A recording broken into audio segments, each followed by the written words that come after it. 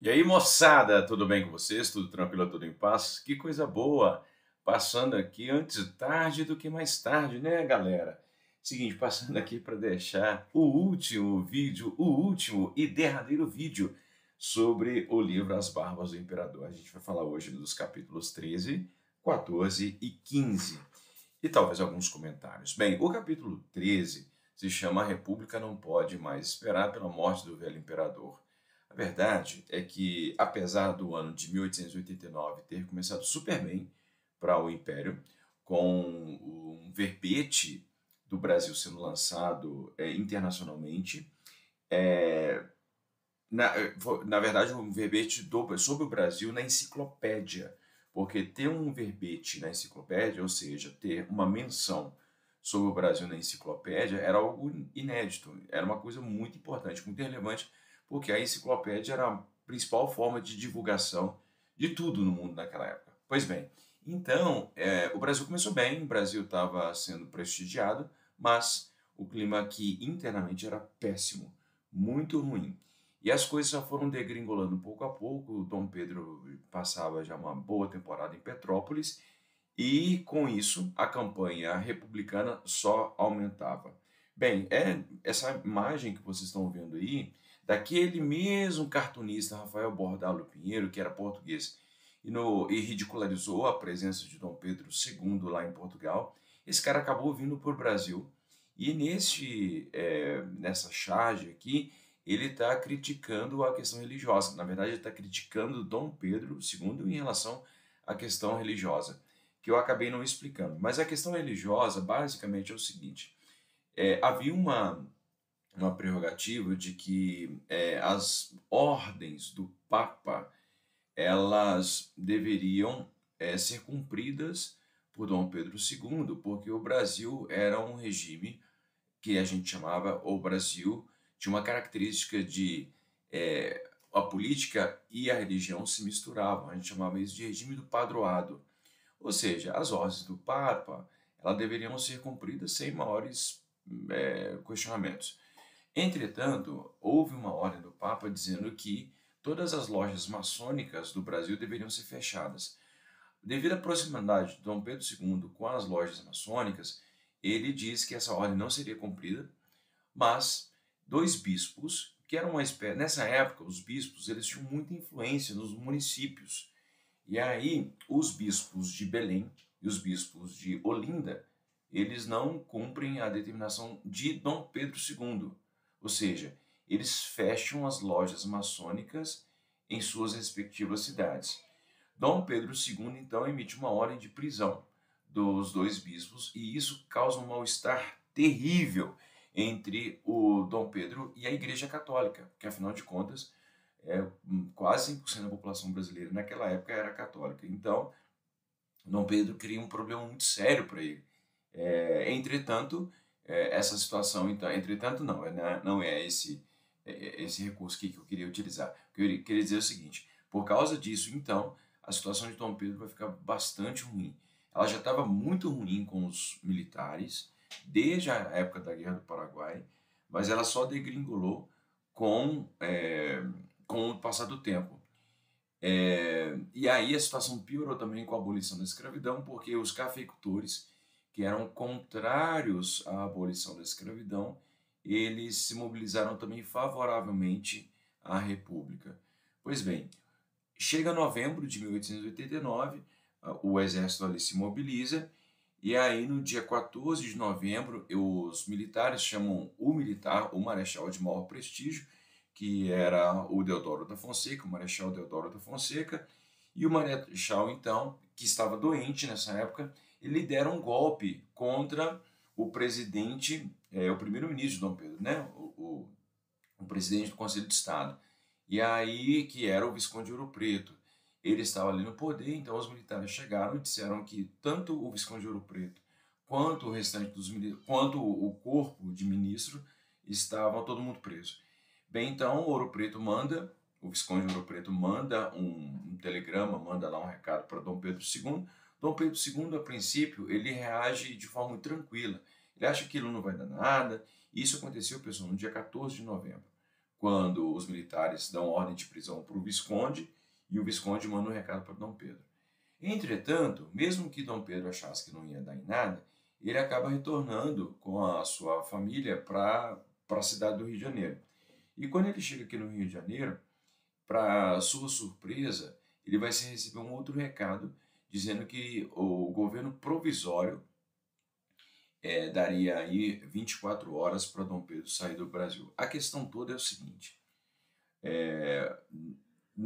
depois da prisão, do anúncio da prisão do Visconde de Ouro Preto, o Marechal Deodoro da Fonseca vai para casa, porque ele estava passando muito mal, ele estava tendo crise de ar, enfim, ele estava lá moribundo.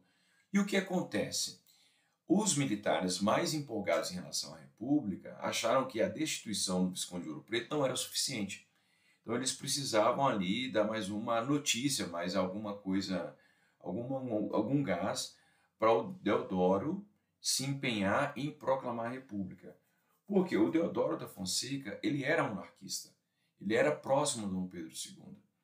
Bem, então, o que os militares tramam? Os militares, eles vão dizer, depois que o Visconde de Ouro Preto é substituído, e aí os militares avisam ao Marechal Deodoro da Fonseca que no lugar do Visconde de Ouro Preto, quem será o primeiro-ministro será um cara chamado Silveira Martins.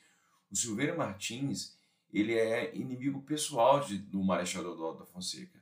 E aí o Marechal Deodoro da Fonseca achou que naquela época, quer dizer, a partir desse fato, já seria vandalismo demais nomear o Silveira Martins, e aí então o Deodoro acaba por proclamar, ou dar a ordem para a proclamação e para a destituição da monarquia. Bem, o que efetivamente foi esse episódio foi um golpe militar. Por que é um golpe militar? Porque os militares, eles formam uma instituição do Estado. Todas as vezes que forças do Estado se voltam contra o próprio Estado, a gente chama isso de golpe. E por que foi militar? Porque foi por pura e vontade dos militares fazerem esse tipo de ação política. O povo só começou a se manifestar depois. Então não houve um apoio anterior, massivo, para que os militares se encorajassem para destruir a monarquia. O que aconteceu foi depois. E depois, então, as pessoas começaram a se manifestar favoravelmente à República e contrariamente à República. Mas o fato é que a República ela vai começar a ir da vontade de algumas pessoas e muitas coisas são improvisadas, não é? Mas isso é papo para daqui a pouco. Mas Dom Pedro, então, acaba indo para o exílio e ele vai muito tristemente, visivelmente triste. Ele parte na madrugada do dia 16 para o dia 17, ele vai embora, ele só espera os netos dele chegarem. Tá? Os netos ficaram em Petrópolis, então eles esperam os netos chegarem, e aí eles partem para a Europa, eles passam primeiramente em Portugal e depois eles vão para Paris, lá na França, porque o genro dele, o Conde d'Eu, ele era ali ele tinha residências, né, na França, porque o Conde d'Eu era francês. Bem, o capítulo 14 trata justamente disso, o exílio e a morte do imperador, novamente o mártir da nação. A autora do livro chama a atenção para uma coisa muito interessante, que é o fato de que a presença e a ausência de Dom Pedro, quer dizer, a presença de Dom Pedro era uma presença contundente, a própria existência dele segurava, em grande medida, a monarquia. Mas a morte dele o transformou em mártir. É como se, porque ele morreu pouco tempo depois que aconteceu a proclamação da República. A gente não tem condição de afirmar se ele permanecesse no Brasil, se ele morreria tão rápido. A questão é que ele vai morrer poucos dias, perto ali do seu aniversário, que é em dezembro de 1891. E a morte dele vai fazer com que ele se torne efetivamente uma espécie de mito, porque até o próprio funeral dele é cercado de uma pompa digna de um chefe de Estado. Foi ordenado que Dom Pedro, que era bastante conhecido ali, quando Dom Pedro chega em Paris, ele conhece muita gente. Há inclusive um boato de que o Nietzsche, que é um filósofo alemão, teria inclusive passado ali no velório dele, mas isso não tem comprovação. Eu já ouvi de diversas fontes de que isso foi uma história que foi criada, mas o fato é que Dom Pedro II ele acabou sendo velado com honras de chefe de Estado. E foi uma grande mobilização em Paris, o que mostrava a força da figura de Dom Pedro e da monarquia brasileira. Portanto, assim, e isso acabava atormentando bastante, causando certa aflição das lideranças políticas republicanas aqui no Brasil. Dom Pedro é uma espécie de fantasma, né? Que poderia, de alguma forma, desestabilizar a ordem que estava iniciando, a ordem republicana. Mas o fato é que, se inicialmente Dom Pedro aparecer como fantasma, depois da sua morte, Dom Pedro vai aparecer como uma grande referência, inclusive de poder para os republicanos. Isso é muito interessante, porque a República, a existência da República é essencialmente a negação da monarquia, mas Dom Pedro vai aparecer em notas, vai aparecer em monumentos, vai aparecer em nome de escola, vai aparecer em diversos lugares. E o que é mais interessante é que Dom Pedro sempre aparece com essa figura velha. É como se fosse uma espécie de Papai Noel do Brasil, o pai, o bom velhinho do Brasil. E ele vai se ver vai passar com essa referência aí. Bem, então Dom Pedro ele acabou falecendo no ano de 1891. O corpo dele foi embalsamado lá na França e depois foi levado para Portugal. E aí ele é enterrado em Portugal, mas depois os restos mortais de Dom Pedro serão trazidos para o Brasil, porque ele era brasileiro, né? E aí ele vai se tornar lenda. Eu estava dizendo que o capítulo estava já me adiantando um pouco aqui, falando sobre o fantasma. E o que é interessante, por exemplo, essa nota, e essa nota não, né? Eu não sei se é selo ou se é nota, eu acho que é um selo, no ano de 1939. Muito interessante esse selo, porque o governo de 1939 do Getúlio Vargas era uma ditadura com características fascistas, e aí lançam esse selo comemorando aí a proclamação da República. Olha que coisa interessante, né? Enfim, mas nesse selo ele tem a figura, na verdade, do Deodoro da Fonseca. Do Deodoro da Fonseca.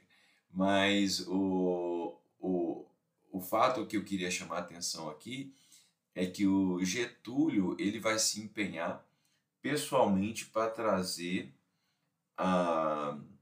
ele vai trazer os corpos, os restos mortais, e vai criar uma cripta lá em Petrópolis para Dom Pedro II e a sua esposa Teresa Cristina.